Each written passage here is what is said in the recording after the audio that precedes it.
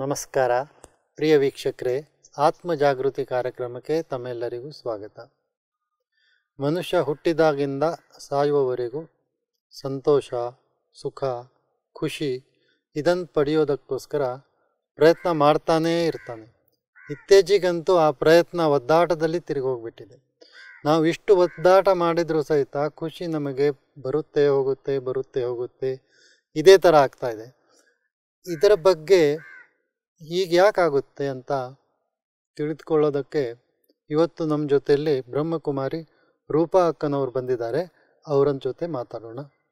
ನಮಸ್ಕಾರ ರೂಪಾ ಅಕ್ಕ ಅವರೇ. ನಮಸ್ಕಾರ. ಈ ಕಾರ್ಯಕ್ರಮಕ್ಕೆ ನಿಮಗೆ ಆದರದ ಸ್ವಾಗತ. Thank you. ಈ ಖುಷಿ ಅನ್ನೋದ್ರ ಬಗ್ಗೆ ನಾನು ಡೆಫಿನೇಷನ್ ಮಾಡಲಿಕ್ಕೆ ಆಗಲ್ಲ ಅನ್ನೋ ಪರಿಸ್ಥಿತಿಯಲ್ಲಿ ಬಂದಿದ್ದೇನೆ. ನಿಜವಾಗ್ಲೂ ಖುಷಿ ಅಂದರೆ ಏನು ಅಂತ ನೀವು ಹೇಳಿಕ್ಕಾಗುತ್ತಾ?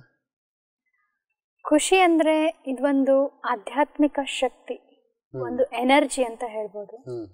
ಇದು ನಮ್ಮೊಳಗಿರುವಂತಹ ಒಂದು ಆಂತರಿಕ ಭಾವನೆ, ಇಂಟರ್ನಲ್ ಫೀಲಿಂಗ್.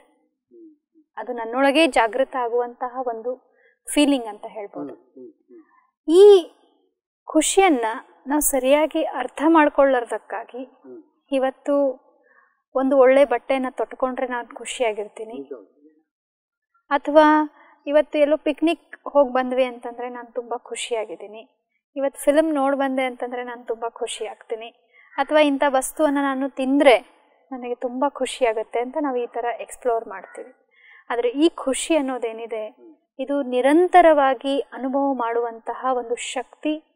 ಇದಕ್ಕೆ ಅನ್ಲಿಮಿಟೆಡ್ನೆಸ್ ಅಂತ ಹೇಳ್ತಾರೆ, ಅಂದರೆ ಅಸೀಮಿತವಾಗಿರುವಂಥ ಶಕ್ತಿ.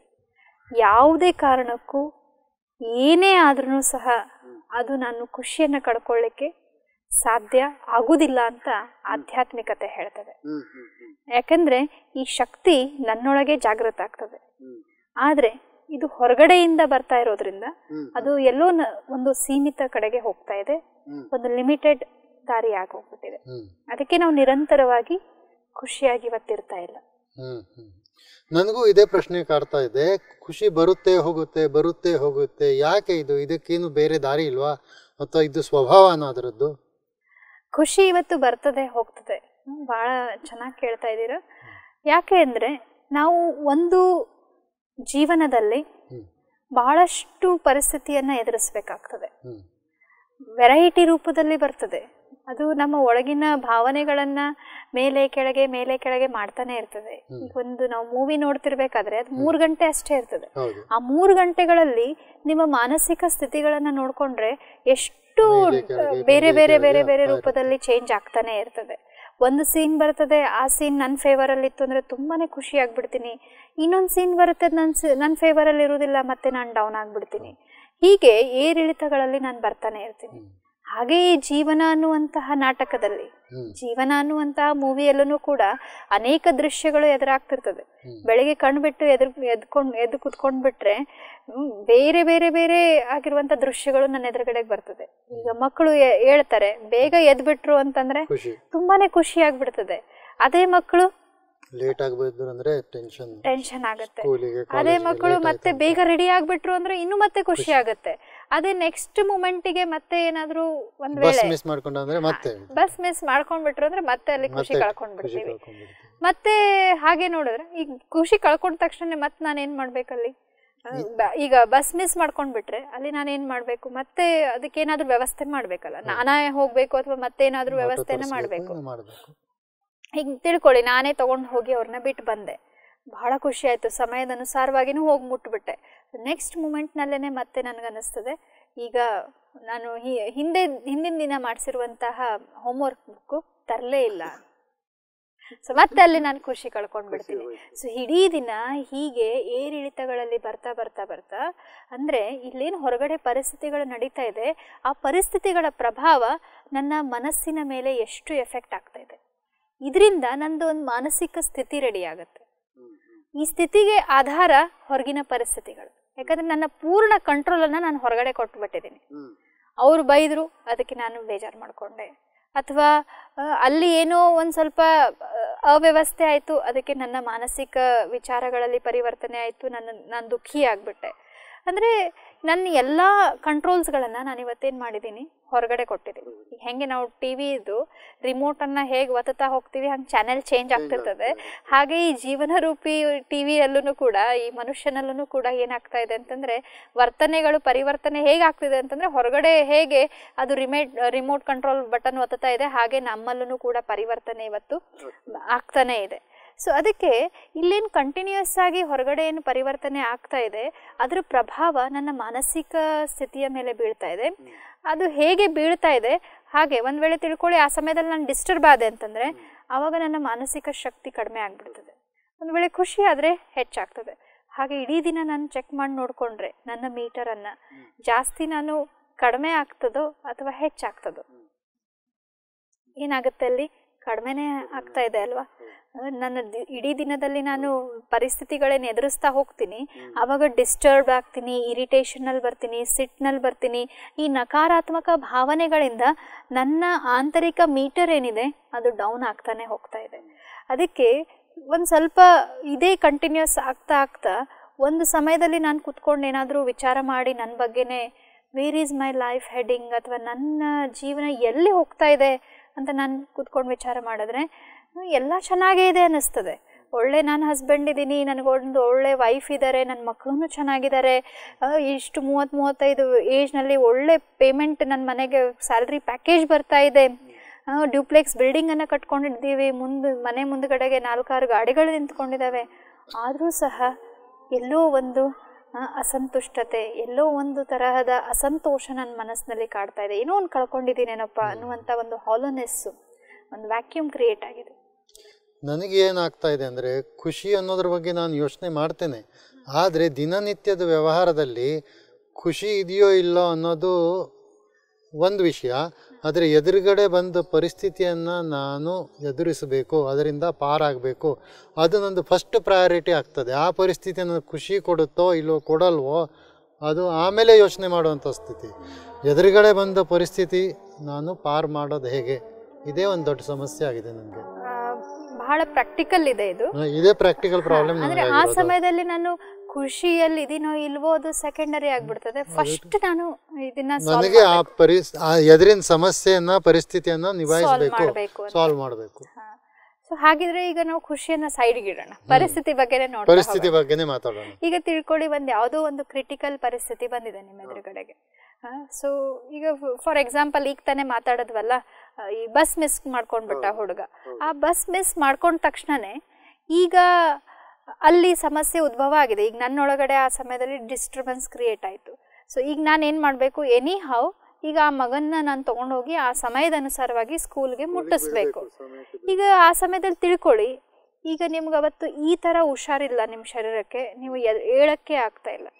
ಸೊ ಆ ಸಮಯದಲ್ಲಿ ನಿಮ್ಮ ಶರೀರಕ್ಕೆ ಪ್ರಾಮುಖ್ಯತೆಯನ್ನು ಕೊಡ್ತಿರೋ ಅಥವಾ ಪರಿಸ್ಥಿತಿಗೆ ಪ್ರಾಮುಖ್ಯತೆಯನ್ನು ಕೊಡ್ತಿರೋ? ಇಲ್ಲ, ನನ್ನ ಕೈಲಿ ಏನೂ ಆಗಲ್ಲ ಅಂದರೆ ನನ್ನ ಶರೀರ ನಾನು ನೋಡ್ಕೊಳ್ಳೋದೇ ನನಗೆಲ್ಲರಿಗಿಂತ ಮುಖ್ಯ. First priority is my health. ನನ್ನ ಆರೋಗ್ಯ ಸರಿ ಇದ್ರೆ ನಾನು ಎಲ್ಲ ಪರಿಸ್ಥಿತಿಗಳನ್ನ ಎದುರಿಸಬಹುದು. ಅಂದರೆ ಎಲ್ಲೋ ನಮಗೆ ಗೊತ್ತಿದೆ, ನನ್ನ ಆರೋಗ್ಯ ಸರಿ ಇದ್ದಾಗ್ಲೇನೆ ನಾನು ಎಲ್ಲವನ್ನ ಸಾಲ್ವ್ ಮಾಡ್ಲಿಕ್ಕೆ ಸಾಧ್ಯ ಆಗುತ್ತೆ. ಇವತ್ತು ನನಗೆ ಆರೋಗ್ಯ ಇಲ್ಲ ಅಂತಂದ್ರೆ ನಾನು ಪರಿಸ್ಥಿತಿಗಳು ಬಂದಾಗ ಏನು ಮಾಡ್ಲಿಕ್ಕೆ ಆಗೋದಿಲ್ಲ ಅಂತ ಹೇಳಿ. ಅದಕ್ಕಾಗಿನೇ ಇವತ್ತು ನಾವು ನೋಡ್ತಾ ಇದ್ದೀವಿ, ಪ್ರತಿಯೊಬ್ಬರ ಗಮನ ಇವತ್ತು ಜಾಸ್ತಿ ಎಲ್ಲಿದೆ, ದೇಹದ ಆರೋಗ್ಯ. ಇಡೀ ದಿನ ನೀವು ಚೆಕ್ ಮಾಡಿ ನೋಡ್ಕೊಳ್ಳಿ, 24 ಗಂಟೆನಲ್ಲಿ ಇಷ್ಟು ಹೆಲ್ತ್ ಕಾನ್ಶಿಯಸ್ ಆಗೋಗ್ಬಿಟ್ಟಿದೀವಿ. ಈ ವಸ್ತು ತಿಂದ್ರೆ ನನಗಾಗುತ್ತೆ, ಈ ವಸ್ತು ತಿಂದ್ರೆ ನನಗಾಗಲ್ಲ, ಅಥವಾ ಬೆಳಿಗ್ಗೆ ಎದ್ದ ತಕ್ಷಣ ನಾನು ವಾಕಿಂಗ್ ಮಾಡಬೇಕು, ಜಾಗಿಂಗ್ ಮಾಡಬೇಕು, ಅಥವಾ ಡಾಕ್ಟರ್ ಹೇಳ್ಕೊಟ್ಟಿರೋ ಎಕ್ಸಸೈಸ್ಗಳನ್ನು ಕಂಪಲ್ಸರಿ ನಾನು ಮಾಡಲೇಬೇಕು, ಅಥವಾ ಇಂಥದೇ ನೀರನ್ನು ಕುಡಿಬೇಕು. ನೀರಲ್ಲೂ ಎಷ್ಟು ವೆರೈಟಿ ಬಂದ್ಬಿಟ್ಟಿದ್ದಾವೆ, ಕೆಂಗನ್ನಂತೆ ಎಷ್ಟೆಷ್ಟೋ ವೆರೈಟಿ ನೀರು, ಮಿನರಲ್ ವಾಟರ್ಸ್, ಇದನ್ನೇ ತಗೊಳ್ಬೇಕು, ಈ ಥರದ್ದು ಆರ್ಗ್ಯಾನಿಕ್ ಫುಡ್ಡನ್ನೇ ತಗೊಳ್ಬೇಕು. ಎಷ್ಟು ಹೊರಗಡೆ ಇವತ್ತು ನಾವು ನೋಡ್ತಾ ಇದ್ದೀವಿ, ವರ್ತಮಾನದಲ್ಲಿ ಪ್ರತಿಯೊಬ್ಬರ ಕಾನ್ಸಂಟ್ರೇಷನ್ ಇವತ್ತು ಜಾಸ್ತಿ ಈ ಆರೋಗ್ಯದ ಕಡೆಗೆ ಅಥವಾ ತನ್ನ ಫಿಸಿಕಲ್ ಫಿಟ್ನೆಸ್ ಬಗ್ಗೆ ಬಹಳಷ್ಟು ಗಮನ ಇದೆ. ಆದರೆ ಸ್ವಲ್ಪ ಹಿಂದಿನ ದಿನಮಾನಗಳಲ್ಲಿ, ನಿಮ್ಮ ಹಿಂದಿನ ದಿನನೇ ತಗೊಳ್ಳಿ, ಈಗ ನಿಮಗೆ ಅಬೌಟ್ ನೀವು ಒಂದು 60-65 ಇರ್ಬೋದು, 60 ಇದ್ದೀರಾ, 60+ ಇದ್ದೀರಾ. ಸೊ ನಿಮ್ಮ ಹಿಂದಿನ ಜನರೇಷನ್ ತಗೊಂಡ್ರೆ ಅವರು ಅಂದರೆ ತುಂಬ ಒಂದು ಅನ್ನಿಸ್ತದೆ, ಒಂದು 80-90 ಇಯರ್ಸ್ ಬ್ಯಾಕ್ ನಾವು ನೋಡಿದ್ವಿ ಅಂತಂದರೆ ಆ ಸಮಯದಲ್ಲಿ ಜನರ ವೃತ್ತಿ ಹೇಗಿತ್ತು, ಹೀಗೆ ಪ್ರತಿಯೊಂದಕ್ಕೂ ಕೂಡ ಅವರು ಶಾರೀರಿಕವಾಗಿ ಗಮನ ಕೊಡ್ತಾನೆ ಇರಲಿಲ್ಲ. ಅವರಿಗೆ ನಿತ್ಯದ ಕೆಲಸ ಮಾಡಿಕೊಂಡು ಹೋಗ್ತಾ ಇದ್ರು, ಹೊಟ್ಟೆಪಾಡು ಏನು ನೌಕರಿ ಇತ್ತೋ ದುಡಿಮೆ ಇತ್ತು ಅದನ್ನ ಮಾಡ್ಕೊಂಡು ಹೋಗ್ತಾ ಇದ್ರು. ಬೇರೆ ಆರೋಗ್ಯಕ್ಕೆ ಅಂತ ಬೇರೆಯವರು ತಲೆ ಕೆಡ್ಸ್ಕೊಳ್ತಿರ್ಲಿಲ್ಲ, ಅವ್ರ ಆರೋಗ್ಯ ಕೆಡ್ತಾನೂ ಇರಲಿಲ್ಲ. ಮುಖ್ಯ ನಾವು ಇಷ್ಟು ಕಾಳಜಿ ವಹಿಸಿದ್ರು ನಮ್ಮ ಆರೋಗ್ಯ ಕೆಡ್ತದೆ, ಅವ್ರ ಆರೋಗ್ಯ ಏನೂ ಕಾಳಜಿ ವಹಿಸ್ಲಿಲ್ಲ ಅಂದ್ರೂ ಕೆಡ್ತಾನೆ ಇರಲಿಲ್ಲ. ಅಂದ್ರೆ ಯಾಕೆ ಇವತ್ತು ಇಷ್ಟು ನಾವು ಇದಕ್ಕೆ ಕಾಳಜಿ ವಹಿಸೋದು ಬೇಕಾಗ್ತಾ ಇದೆ ಅಂದ್ರೆ ಎಲ್ಲೋ ಒಂದು ಮಿಸ್ಸಿಂಗ್ ಇದೆ, ಅಥವಾ ಏನೋ ಒಂದು ನಮ್ಗಲ್ಲಿ ಅಲ್ಲಿ ಇದ್ದಿದ್ದು ಇಲ್ಲಿ ಇಲ್ಲ ಅಂತಂದ್ರೆ ಅಲ್ಲಿ ಮಾನಸಿಕ ಶಕ್ತಿ ಏನಿತ್ತು ನಮ್ದು ಸ್ವಲ್ಪ ಸದೃಢ ಇತ್ತು. ಪೂರ್ಣ ಇರ್ಲಿಲ್ಲ ಅಂದ್ರೂ ಅಲ್ಲೂ ಪರಿಸ್ಥಿತಿಗಳು ಬರ್ತಿದ್ವು, ಬೈಯೋರು ಇರ್ತಿದ್ರು, ನಮ್ಗೆ ಅಸೂಯೆ ಮಾಡೋರು ನಮ್ಮ ಮೇಲೆ ಇರ್ತಿದ್ರು, ಅಪಮಾನ ಮಾಡುವಂತವ್ರು ಇರ್ತಿದ್ರು, ಎಲ್ಲ ಇರ್ತಿತ್ತು. ಆದ್ರೂ ಸಹ ಅವರ ಮಾನಸಿಕ ಸ್ಥಿರತೆ ನುಂಗ್ತಾ ಇದ್ರು, ಎದುರಿಸ್ತಾ ಇದ್ರು, ಎಲ್ಲವೂ ಕಾರ್ಯಗಳು ನಡೀತಾ ಇತ್ತು. ಅಲ್ಲಿ ಪರಿಸ್ಥಿತಿ ಅಂತಂದ್ರೆ ಎಲ್ಲೋ ಒಂದು ವರ್ಷಕ್ಕೆ ಒಂದ್ಸರಿ ನಮ್ಮ ಎದುರುಗಡೆಗೆ ದೊಡ್ಡ ಪರಿಸ್ಥಿತಿ ಬಂದ್ರೆ ಅದು ಅಂದ್ರೆ ಚಿಂತೆ ಮಾಡ್ಕೊಂಡು ಅದರಲ್ಲೇ ಮುಳುಗೋದಂತಂದ್ರೆ ಎಲ್ಲೋ ಒಂದು ವರ್ಷಕ್ಕೆ ಬಂದ್ರೆ ಒಂದು ಗ್ರೇಟ್ ಅಂತ ಹೇಳ್ಬೋದು, ಜಾಸ್ತಿ ಅಂತ ಹೇಳ್ಬೋದು. ಆದ್ರೆ ಇವತ್ತಿನ ಸಮಯದಲ್ಲಿ ನಾವು ನೋಡ್ತಿರೋ ಹಾಗೆ ಒಂದೊಂದು ದಿವಸದಲ್ಲೂ ಕೂಡ ಎಷ್ಟು ಮನುಷ್ಯ ಪರಿಸ್ಥಿತಿಯನ್ನ ಎದುರಿಸ್ತಾ ಇದ್ದಾನೆ ಅಂತಂದ್ರೆ ಸ್ವಲ್ಪ ಅವನಿಗೆ ಹೇಳೋದ್ರಲ್ಲಿ ಒಂದ್ ಸ್ವಲ್ಪ ಡಿಫ್ರೆನ್ಸ್ ಬಿತ್ತು ಅಂದ್ರೆ ಇಲ್ಲಿ ಹೀಗೆ ಕುತ್ಕೋ ಅಂತ ಹೇಳೋದ್ರಲ್ಲೇನೆ ಒಂದ್ ಸ್ವಲ್ಪ ಹೀಗೆ ಹೇಳ್ಬಿಟ್ರೆ ಅವನ ಮಾನಸಿಕ ಸ್ಥಿತಿ ಇವತ್ತು ಎಷ್ಟು ಕೆಟ್ಟ ಹೋಗ್ಬಿಡ್ತದೆ ಅಂದ್ರೆ ಇಲ್ಲಿ ನಾವು ಚೆಕ್ ಮಾಡ್ಕೊಂಡು ನೋಡ್ಕೋಬಹುದು. ಇಲ್ಲಿ ಶರೀರದ ಆರೋಗ್ಯ ಯಾಕೆ ಕೆಡ್ತಾ ಇದೆ, ಇದಕ್ಕೆ ಮೂಲ ಕಾರಣ ಏನಪ್ಪಾ ಅಂತಂದ್ರೆ ನನ್ನ ಮಾನಸಿಕ ಶಕ್ತಿ, ಮಾನಸಿಕ ಆರೋಗ್ಯದಲ್ಲಿ ಅಲ್ಲಿ ಸಂತುಲನ ಇಲ್ಲ ಅಂತ ನಾವಿಲ್ಲಿ ಹೇಳ್ಬೋದು. ಈ ಮಾನಸಿಕ ಆರೋಗ್ಯ ಅಂದ್ರೆ ಏನು? ಇವಾಗ ಅಲ್ಲೇ ಬಂತು ಪ್ರಶ್ನೆ, ಮಾನಸಿಕ ಆರೋಗ್ಯ ಅಂದ್ರೆ ಏನು? ಮಾನಸಿಕ ಆರೋಗ್ಯ ಅಂತಂದ್ರೆ ಈ ಮಾನಸಿಕವಾಗಿ ಅಥವಾ ನನ್ನ ವಿಚಾರಗಳಲ್ಲಿ ಖುಷಿ ಇದೆ ಅಂತ ತಿಳ್ಕೊಳ್ಳಿ, ಆವಾಗ ನಾನು ಮೆಂಟಲಿ ಐ ಆಮ್ ಹೆಲ್ದಿ ಅಂತ ಹೇಳ್ಬೋದು. ನನ್ನ ಮನಸ್ಸಿನಲ್ಲಿ ಖುಷಿ ಇದ್ರೆ ನನ್ನ ಮಾನಸಿಕ ಆರೋಗ್ಯ ಚೆನ್ನಾಗಿದೆ. ಈಗ ನಾನು ಮಾಡ್ತಿರುವಂತಹ ವಿಚಾರಗಳಲ್ಲಿ ಅಥವಾ ನನ್ನ ಮನಸ್ಸಿನಲ್ಲಿ ಇವತ್ತು ಅಸಂತೋಷ ತುಂಬಿಕೊಂಡಿದೆ ಅಂತಂದ್ರೆ ಆವಾಗ ಐ ಆಮ್ ಅನ್ಹೆಲ್ದಿ ಅಂತ ಹೇಳ್ಬೋದು. ಎಕ್ಸಾಂಪಲ್ ನೋಡೋದಾದ್ರೆ ನೀವು ನೋಡಿ, ಈಗ ತುಂಬಾ ಖುಷಿಯಲ್ಲಿ ಇರ್ತೀರ ನೀವು. ಈಗ ತಿಳ್ಕೊಳ್ಳಿ, ಈಗ ನಿಮ್ಗೊಂದು ಲಾಟ್ರಿ ಹೊಡೆದಿದೆ, ಈಗ ಲಾಟ್ರಿ ಹೊಡೆದಿದೆ ಆ ಸಮಯದಲ್ಲಿ ನೀವು ಬಹಳ ಖುಷಿಯಲ್ಲಿ ಇರ್ತೀರ. ಅವಾಗ ಮತ್ತೊಂದು ಏನೇನೋ ಪರಿಸ್ಥಿತಿಗಳನ್ನ ನಿಮ್ಗೆ ಹೇಳಿದ್ರೆ ಆ ಸಮಯದಲ್ಲಿ ನಿಮ್ಗೆ ಎಫೆಕ್ಟ್ ಆಗುತ್ತಾ?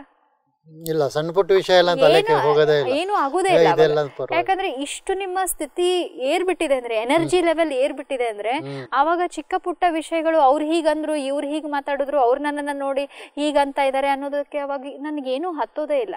ಅದೇ ತಿಳ್ಕೊಳ್ಳಿ, ನಾನು ಇವತ್ತು ಬಹಳಷ್ಟು ಸಂತೋಷದಲ್ಲಿ ಮುಳುಗಿದ್ದೀನಿ.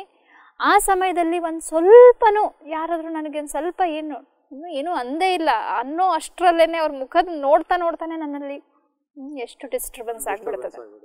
ಅಂದ್ರೆ ನನ್ನ ಮನಸ್ಸಿನಲ್ಲಿ ಖುಷಿಯ ವಿಚಾರಗಳು ನಡೆದಾಗ ಅಲ್ಲಿ ಏನಾಗುತ್ತೆ, ಮಾನಸಿಕ ಆರೋಗ್ಯನದ್ದು ಹೆಚ್ಚಾಗ್ತಾ ಹೋಗ್ತದೆ.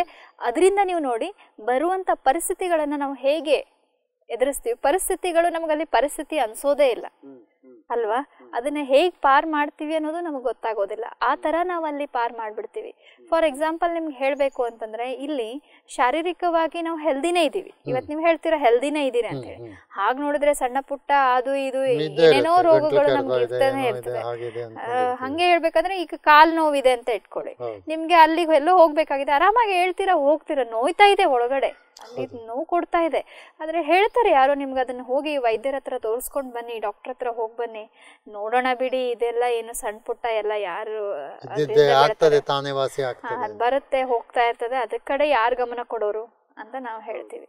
ಆದ್ರೆ ಮನಸ್ಸಿನ ಬಗ್ಗೆ ನಾವು ಹೀಗೆ ಮಾಡ್ಲಿಕ್ಕೆ ಆಗೋದಿಲ್ಲ. ಆದ್ರೆ ನಾವು ಬಹಳಷ್ಟು ಇವತ್ತು ಮನಸ್ಸನ್ನ ನಾವೇನ್ ಮಾಡ್ಬಿಟ್ಟಿದೀವಿ ಅಂತಂದ್ರೆ ಇಗ್ನೋರ್ ಮಾಡ್ಬಿಟ್ಟಿದೀವಿ. ಈಗ ನೋಡಿ, ಮನಸ್ಸಿಗೆ ಒಂದ್ ಸ್ವಲ್ಪ ನೋವಾಗಿದೆ, ಅದಕ್ಕೆ ನಾನೀಗ ಆ ಸಮಯದಲ್ಲಿ ಯಾಕೆ ಹೀಗಾಗಿದೆ ಅಂತ ನಾನು ಅದ್ರ ಕಡೆ ಗಮನ ಕೊಡೋದು ಬಿಟ್ಟು ಆ ಸಮಯದಲ್ಲಿ ನಾನು ಮನಸ್ಸನ್ನ ಡೈವರ್ಟ್ ಮಾಡ್ಲಿಕ್ಕೆ ಪ್ರಯತ್ನ ಮಾಡ್ತೀನಿ. ಇವತ್ತು ನನಗೆ ಮನಸ್ಸಿಗೆ ನಿಮ್ಮಿಂದ ನೀವೇನೋ ಜೋರಾಗಿ ಬೈದ್ರಿ ಅಥವಾ ಯಾವುದೋ ಕಾರಣಕ್ಕಾಗಿ ಒಂದು ಬಹಳ ಆಘಾತ ನನ್ನ ಮನಸ್ಸಿಗೆ ಆಗಿದೆ. ಆ ಸಮಯದಲ್ಲಿ ನಾನು ಹೀಗೆ ಯಾಕೆ ಆಯ್ತು ಅಂತ ಹೇಳಿ ನನ್ನ ಬಗ್ಗೆ ನಾನು ವಿಚಾರ ಮಾಡಿಕೊಂಡು ಅದನ್ನ ಸರಿಪಡಿಸ್ಕೊಳ್ಳೋದ್ರ ಬದಲಾಗಿ ನಾನು ಅವಾಗ ಏನು ಮಾಡ್ತೀನಿ ಅಂತಂದರೆ ಶಾಪಿಂಗಿಗೆ ಹೋಗಿ ಬಂದುಬಿಡ್ತೀನಿ, ಅಥವಾ ಇಂಥ ಪಿಕ್ನಿಕ್ ಸ್ಪಾಟ್ ಅಂತ ಹೊಸ ಹೊಸ ಟ್ರಿಪ್ಪನ್ನು ತೆಗಿತೀನಿ, ಅಥವಾ ಮತ್ತೊಂದು ಇಂಥವ್ರ ಜೊತೆಗೆ ನಾನು ಮಾತಾಡಿದ್ರೆ ಭಾಳ ಚೆನ್ನಾಗಿರುತ್ತೆ ಅಂತ ಹೇಳಿ ಯಾವುದೋ ಒಂದು ಬೇರೆ ಫ್ಲೋನಲ್ಲಿ ಮಾತಾಡಿ ಕಳಿತೀನಿ. ಅಂದರೆ ಮನಸ್ಸನ್ನು ನಾವು ಡೈವರ್ಟ್ ಮಾಡ್ತಾ ಮಾಡ್ತಾ ಮಾಡ್ತಾ ಹೋಗ್ಬಿಡ್ತೀವಿ. ಸೊ ಇದರಿಂದ ಏನಾಗುತ್ತೆ, ಆ ಮಾನಸಿಕವಾಗಿ ಅದೇನು ನೋವಾಗಿದೆ ಅದು ಅಲ್ಲೇ ಕೂತ್ಕೊಳ್ತು. ಅಂದರೆ ಇದೇ ಬೆಳೀತಾ ಬೆಳೀತಾ ಬೆಳೀತಾ ಒಂದು ದಿವಸ ನಾವು ಇವತ್ತು ನೋಡ್ತಾ ಇದ್ದೀವಿ, ಡಿಪ್ರೆಷನ್ಸ್ ಅನ್ನೋದು ಇಷ್ಟು ಸ್ಪೀಡಾಗಿ ಬೆಳೀತಾ ಇದೆ. ನಮ್ಮ ಎದುರುಗಡೆಗೆ ನಾವು ನೋಡ್ತೀವಿ, ಚಿಕ್ಕ ಚಿಕ್ಕ ಮಕ್ಕಳು ಇವತ್ತು ಡಿಪ್ರೆಷನ್ಗೆ ಹೋಗ್ತಾ ಇದ್ದಾರೆ.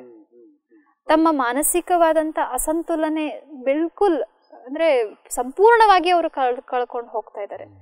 ಸೊ ಇಂತಹ ಪರಿಸ್ಥಿತಿಗಳು ಇವತ್ತು ಜಗತ್ತಿನಲ್ಲಿ ನಿರ್ಮಾಣ ಆಗ್ತಾ ಇದೆ. ಹಾಗಾದರೆ ಎಲ್ಲ ಮನುಷ್ಯನ ಆಕ್ಟಿವಿಟಿಗೆ, ಎಲ್ಲ ಚಟುವಟಿಕೆಗಳಿಗೆ ಮನಸ್ಸು ಅಥವಾ ಮನಸ್ಸಿನ ಆರೋಗ್ಯ ಅನ್ನೋದೇ ಬೀಜನಾ? ಇದು ಬಹಳ ಇಂಪಾರ್ಟೆಂಟ್ ಇದೆ. ಮನಸ್ಸು ಅನ್ನೋದೇನಿದೆ ಇದರಲ್ಲಿ ಒಂದು ವಿಚಾರ ಮಾಡುವ ಶಕ್ತಿ ಅಂತ ಇದಕ್ಕೆ ಹೇಳ್ಬೋದು. ಮನಸ್ಸು ಅಂದ್ರೇನೆ ಒಂದು ವಿಚಾರ ಮಾಡುವಂತ ಒಂದು ಶಕ್ತಿ. ನಮ್ಮ ಮನಸ್ಸಿನಲ್ಲಿ ಇಷ್ಟೆಲ್ಲ ಏನು ವಿಚಾರ ಮಾಡ್ತಾ ಇದ್ದೀವಿ, ಇವತ್ತು ಇಲ್ಲಿ ಕುತ್ಕೊಂಡ್ರೂ ಸಹ ಅನೇಕ ವಿಚಾರಗಳು ಬೇರೆ ಬೇರೆ ಕಡೆದು ಬರ್ತಾನೆ ಇರ್ತದೆ. ಯಾವುದೇ ಕಾರ್ಯ ಮಾಡ್ತಿದ್ರು ಸಹ ಅಲ್ಲಿದೋ ಇಲ್ಲಿದೋ ವಿಚಾರಗಳನ್ನ ಮಾಡ್ತಿರ್ತೀವಿ. ಆದ್ರೆ ಈ ಸಮಯದಲ್ಲಿ ಅದನ್ನೆಲ್ಲ ಹೋಗಿ ಮಾಡೋದಿಲ್ಲ. ಆದ್ರೂ ಸಹ ನನ್ನ ಸುಮ್ಮನೆ ರೀಲ್ ಓಡ್ತಾನೆ ಇರ್ತದೆ. ಹಾಗಿದ್ರೆ ಈ ವಿಚಾರಗಳು ಏನಿದಾವೆ ಇದೇ ಮೂಲ ಬೀಜ ಅಂತ ಹೇಳ್ಬೋದು. ಇವತ್ತು ನಾವು ಏನೇನು ಎದುರಿಸ್ತಾ ಇದ್ದೀವಿ ಅದು ಎಲ್ಲದಕ್ಕೂ ಬೀಜ ನಮ್ಮ ಮನಸ್ಸು. ಅದಕ್ಕೆ ಹೇಳ್ತಾರೆ ಸಂಕಲ್ಪದಿಂದ ಸೃಷ್ಟಿ ರಚನೆ ಆಯಿತು ಅಂತ ಹೇಳಿ. ಸೃಷ್ಟಿ ರಚನೆ ಆಯಿತು ಅಂದರೆ ಅದು ಒಂದು ಸಂಕಲ್ಪದಿಂದ ಅಂದರೆ ಅರ್ಥ ಏನು, ಎಲ್ಲದಕ್ಕೂ ಕಾರಣ ಮನಸ್ಸೇ ಇದೆ ರೀ. ಮನಸ್ಸು ಅಂದರೆ ಇಷ್ಟು ಪವರ್ಫುಲ್ ಶಕ್ತಿ ಇದೆ ಅಂತಂದರೆ, ಈಗ ತಿಳ್ಕೊಳ್ಳಿ, ಮನೆ ಇದೆ, ನಿಮ್ಮ ಮನೆ ಎಷ್ಟು ವರ್ಷ ಆಯಿತು ಅದನ್ನು ಕಟ್ಟಿಸಿ? 10 ವರ್ಷ ಕಟ್ಸೆ ಆಯ್ತು. ಹಾಗಿದ್ರೆ 10 ವರ್ಷದ ಮುಂಚೆ ಆ ಮನೆ ಎಲ್ಲಿತ್ತು? ಇರ್ಲಿಲ್ಲ. ಎಲ್ಲಿತ್ತದು? ಅಂದ್ರೆ ನಾವು ಕಟ್ಟಬೇಕು ಅಂತ ಯೋಚನೆ ಮಾಡ್ತಾ ಇದ್ರಿ. ಅಂದ್ರೆ ಆ ಒಂದು 10 ವರ್ಷದ ಹಿಂದೆ ಅದು ಒಂದು ಪೇಪರ್ ಮೇಲೆ ಇತ್ತು. ಪೇಪರ್ಗಿಂತ ಮೊದಲು ಮನಸ್ಸಲ್ಲಿತ್ತು, ಈ ತರ ಕಟ್ಟಬೇಕು. ಪೇಪರ್ಗಿಂತಲೂ ಮುಂಚೆ ಎಲ್ಲಿತ್ತು? ಮನಸ್ಸಲ್ಲಿತ್ತು ಅಲ್ವಾ? ಮನಸ್ಸಲ್ಲಿನೂ ಕೂಡ ವಿಚಾರ ಮಾಡಿದಾಗ್ಲೇನೆ ಅದು ಪೇಪರ್ ಮೇಲೆ, ಆಮೇಲೆ ಫಿಸಿಕಲ್ ಅಲ್ಲಿ ಬಂತು. ಅಂದ್ರೆ ಒಂದು ನಿರ್ಮಾಣ ಆಗ್ಬೇಕಂತಂದ್ರೆ ಅಲ್ಲಿ ಮೂಲವಾಗಿ ಎಲ್ಲಿಂದ ಉತ್ಪನ್ನ ಆಯ್ತದು? ನಿಮ್ಮ ಮನಸ್ಸಿನಲ್ಲಿ ಒಂದು ಬಾರಿ ವಿಚಾರ ಮಾಡಿದ್ರಿ, ಅದ್ರ ಬಗ್ಗೆ ಒಂದು ದೃಶ್ಯವನ್ನ ನೋಡಿದ್ರಿ, ಈ ತರ ಇರ್ಬೇಕು ಅಂತ ನೀವು ಅದಕ್ಕೆ ಕನಸು ಕಟ್ಟಿದ್ರಿ, ಆಮೇಲೆ ಅದನ್ನ ಪೇಪರ್ ಮೇಲೆ ಇಳಿಸಿದ್ರಿ, ಆಮೇಲೆ ಅದು ಹೊರಗಡೆ ಪ್ರತ್ಯಕ್ಷದಲ್ಲಿ ಬಂತು. ಅಂದ್ರೆ ಎಲ್ಲದಕ್ಕೂ ಬೀಜ ಇವತ್ತು ಮನಸ್ಸೇ ಆಗಿದೆ. ಸೊ ಬೀಜದಂತೆ ವೃಕ್ಷ ಅಂತ ಹೇಳ್ತೀವಿ ನಾವು. ಎಂತಹ ಕ್ವಾಲಿಟಿ ಬೀಜನೋ ಅದೇ ಪ್ರಕಾರದ ವೃಕ್ಷ ನಿರ್ಮಾಣ ಆಗುತ್ತೆ. ಇವತ್ತು ವೃಕ್ಷ ಸುಂದರವಾಗಿ ಕಾಣಬೇಕು ಅಂತ ಹೇಳಿ ನಾನು ಮೇಲಿನ ವೃಕ್ಷವನ್ನ ಮೇಲಿನ ಟೊಂಗೆಗೆ ನೀರು ಹಾಕದೆ, ಅದ್ರ ಮೇಲಿರುವಂತ ಹೂ ಹಣ್ಣು ಕಾಯಿಗಳಿಗೆ ನಾನು ನೀರು ಹಾಕ್ತಾ ಹೋದೆ, ಎಲೆಗಳಿಗೆ ಪೇಂಟ್ ಹಚ್ತಾ ಹೋದೆ ಅಂತಂದ್ರೆ ಆ ಸುಂದರತೆಯನ್ನ ತೋರಿಸ್ತದ? ಆ ಬೀಜದ ಕ್ವಾಲಿಟಿ ಸರಿ ಇಲ್ಲ ಅಂತಂದ್ರೆ ಒಂದಿಲ್ಲ ಒಂದು ದಿವಸ ಅದ್ರ ಎಫೆಕ್ಟು ಅದು ವೃಕ್ಷದ ಕಡೆಗೆ ಬಂದೇ ಬರ್ತದೆ. ಅಥವಾ ನಾನು ಟೊಂಗೆಗೆ ನೀರು ಹಾಕಿದ್ದು ಅದು ಬೀಜದ ತನಕ ಮುಟ್ಲೇ ಇಲ್ಲ ಅಂತಂದ್ರೆ ಆ ವೃಕ್ಷ ಬಹಳ ಬೇಗನೆ ಹಾಳಾಗ್ತದೆ. ಅಂದ್ರೆ ಮೂಲವಾಗಿ ನಾವು ಗಮನ ಕೊಡಬೇಕಾದದ್ದು ಬೀಜದ ಕಡೆ. ಆದರೆ ನಾವೇನ್ ಮಾಡ್ತಾ ಇದ್ದೀವಿ ಇವತ್ತು ಅಂತಂದ್ರೆ ಮೇಲಿರುವಂತಹ ಶರೀರದ ಬಗ್ಗೆ ಅಥವಾ ಶರೀರಕ್ಕೆ ಬೇಕಾಗಿರುವಂತಹ ಅವಶ್ಯಕತೆಗಳ ಬಗ್ಗೆ ಇದ್ರ ಬಗ್ಗೆನೇ ನಾವು ಜಾಸ್ತಿ ಗಮನ, ಅದಕ್ಕೆ ನೀರು ಅಥವಾ ಏನೇನು ಅದಕ್ಕೆ ಔಷಧಿಗಳನ್ನ ಕೊಡಬೇಕು ಅದನ್ನ ಕೊಡ್ತಾ ಇರೋ ಕಾರಣದಿಂದ ನಾವು ಏನಾಗ್ತಾ ಇದೆ ಅಂತಂದ್ರೆ ಬೀಜದ ಕ್ವಾಲಿಟಿಯಲ್ಲಿ ಡೌನ್ ಆಗ್ತಾ ಇದೆ. ಸೊ ಅದಕ್ಕಾಗಿ ಉಳಿದದ್ದು ಎಲ್ಲದರ ಕ್ವಾಲಿಟಿ ಇಲ್ಲಿ ಕಡಿಮೆ ಆಗ್ತಾ ಹೋಗ್ತಾ ಇದೆ.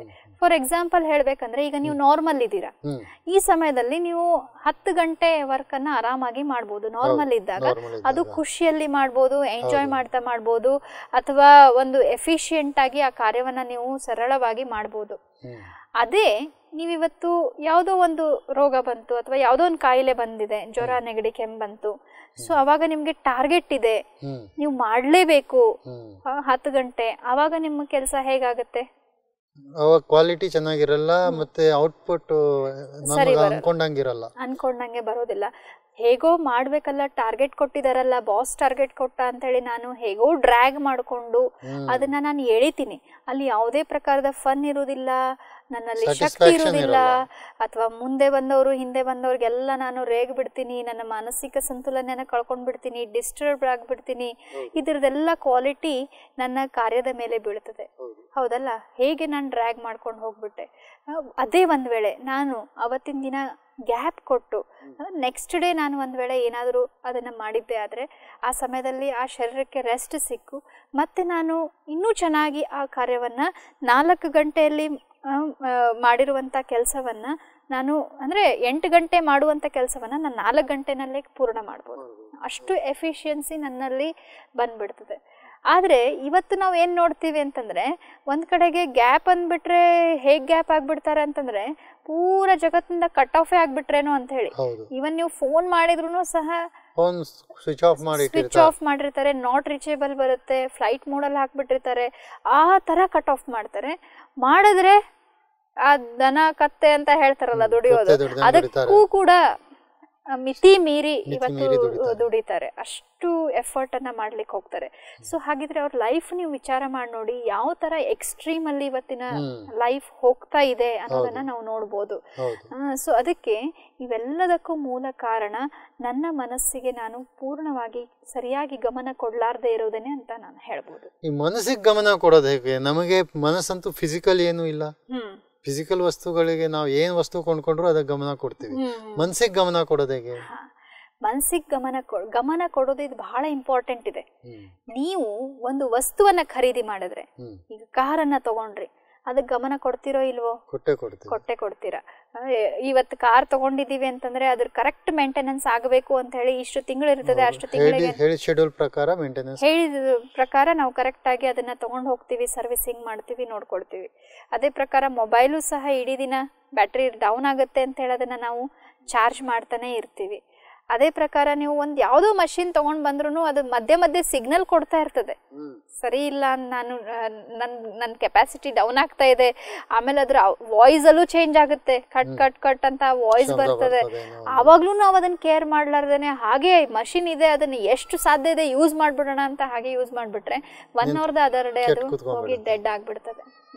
ಸೊ ಹಾಗೇನೆ ನಮ್ಮ ಮನಸ್ಸನ್ನ ನಾವೇನ್ ಮಾಡ್ತಾ ಇದೀವಿ ಅಂದ್ರೆ ಅದನ್ನ ಇಗ್ನೋರ್ ಮಾಡಿ ಮಾಡಿ ಮಾಡಿ ಇವತ್ತು ಎಷ್ಟು ಅದು ಡಿಸ್ಟರ್ಬ್ ಆಗೋಗಿದೆ ಅಂತಂದ್ರೆ ಸಣ್ಣ ಪುಟ್ಟ ವಿಚಾರಗಳು ಕೂಡ ನನಗದು ದೊಡ್ಡದಾಗ್ತದೆ. ಹೇಳ್ತಾರಲ್ಲ ಬಾತ್ ಕಾ ಬತ್ತಂಗಡ್ ಬನಾದೇತೇವ್ ಅಂತ ಒಂದು ಹಿಂದಿಯಲ್ಲಿ ಹೇಳ್ತಾರೆ. ಅಂದ್ರೆ ಸಣ್ಣ ಮಾತನ್ನೇ ಇಷ್ಟು ದೊಡ್ಡ ಕತೆ ಮಾಡ್ಬಿಡ್ತಾರಲ್ಲ ಇವರು ಎಂತವ್ರು ಅಂತ ಹೇಳ್ತೀವಿ. ಒಂದ್ ಸಣ್ಣ ಚಿಕ್ಕ ಪುಟ್ಟ ಮಾತುಗಳನ್ನ ಅಂದ್ರೆ ಅರ್ಥ ಏನು ಅಂದ್ರೆ ಮಾತಿನಷ್ಟು ಮಾತೇನ್ ದೊಡ್ಡದಿಲ್ಲ, ಹೇಳಿರೋ ಶಬ್ದಗಳೇ ಕೌಂಟ್ ಆಗೋದು.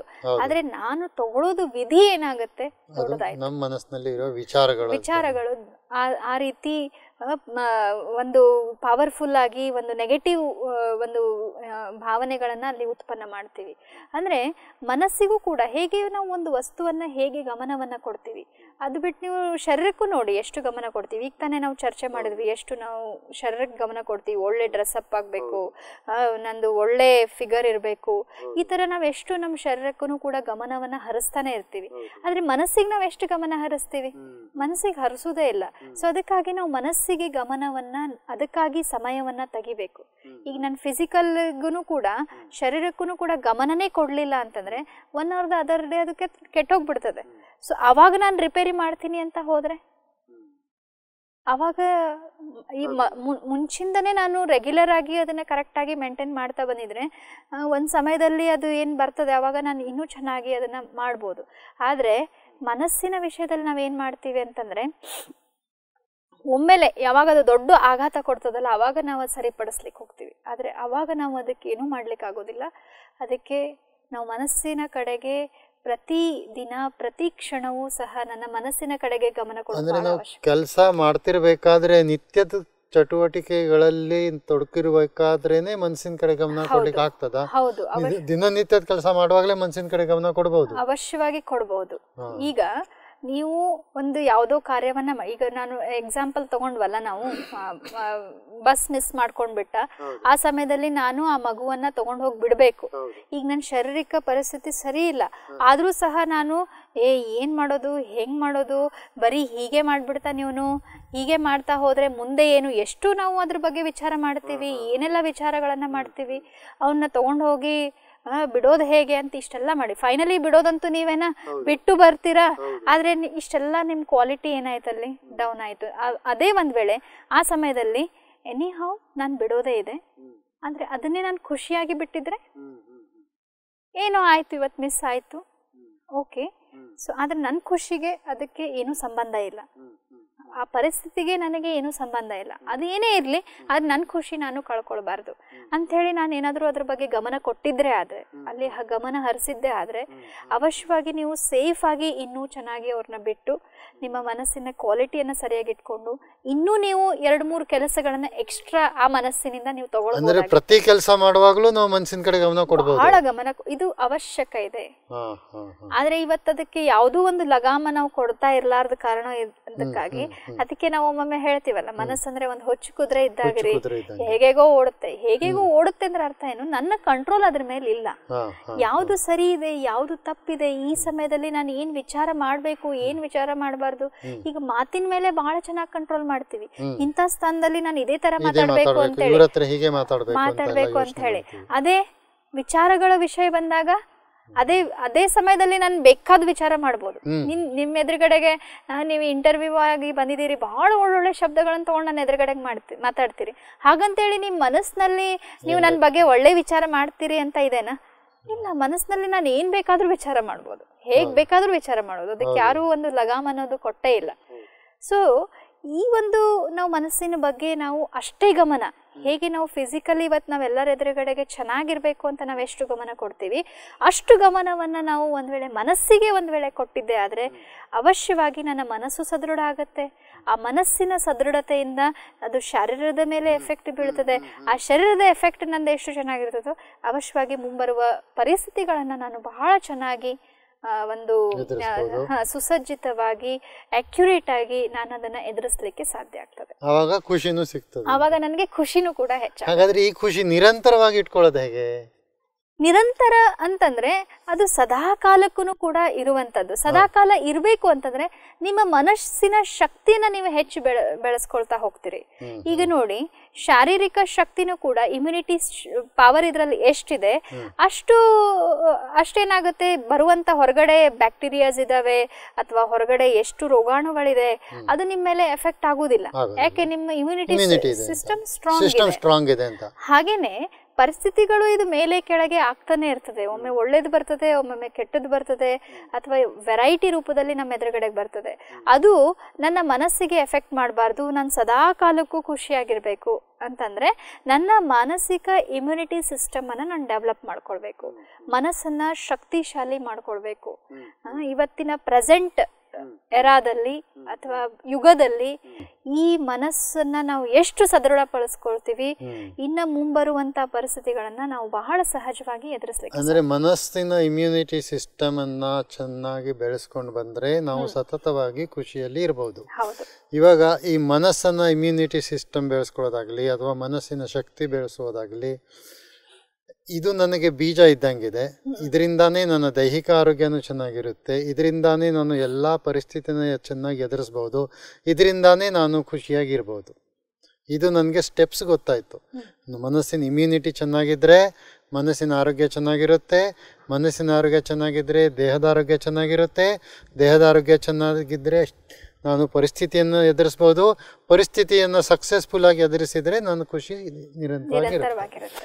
ಇದಕ್ಕೆ ಕೆಲವು ಸಣ್ಣ ಸಣ್ಣ ಟಿಪ್ಸ್ಗಳನ್ನೇನಾದರೂ ಕೊಡಬಹುದಾ? ಇದನ್ನು ನಮಗೆ ಖುಷಿಯನ್ನು ನಿರಂತರವಾಗಿ ಇಟ್ಕೊಳ್ಳಿಕ್ಕಾಗಲಿ, ಮನಸ್ಸಿನ ಆರೋಗ್ಯ ಚೆನ್ನಾಗಿ ಇಟ್ಕೊಳ್ಳಿಕ್ಕಾಗಲಿ, ಅಥವಾ ಇಮ್ಯುನಿಟಿ ಸಿಸ್ಟಮ್ ಬೆಳೆಸ್ಕೊಳ್ಳೋದಕ್ಕಾಗಲಿ. ಇವಾಗ ದೈಹಿಕ ಇಮ್ಯುನಿಟಿ ಸಿಸ್ಟಮ್ಗೆ ಎಷ್ಟೋ ಲಿಟ್ರೇಚರ್ ಇದೆ. ನಾವು ಏನೇನೋ ಓದ್ತಾ ಇರ್ತೀವಿ, ವಾಟ್ಸಪ್ನಲ್ಲೂ ಬರ್ತಾ ಇರ್ತವೆ, ಒಬ್ಬೊಬ್ರು ಒಂದೊಂದು ಆರ್ಟಿಕಲ್ ಓದ್ಕೊಂಡು ನಾವು ಏನೇನೋ ಅಡಾಪ್ಟ್ ಮಾಡ್ಕೊಂಡು ಬರ್ತಾ ಇರ್ತೀವಿ. ಆದರೆ ಇದನ್ನು ಟಿಪ್ಸ್ಗಳೇನಾದ್ರು ಹೇಳ್ಬೋದಾ ಖುಷಿಯನ್ನು ನಿರಂತರವಾಗಿ ಇಟ್ಕೊಳ್ಳೋದಕ್ಕೋಸ್ಕರ? ಅವಶ್ಯವಾಗಿ.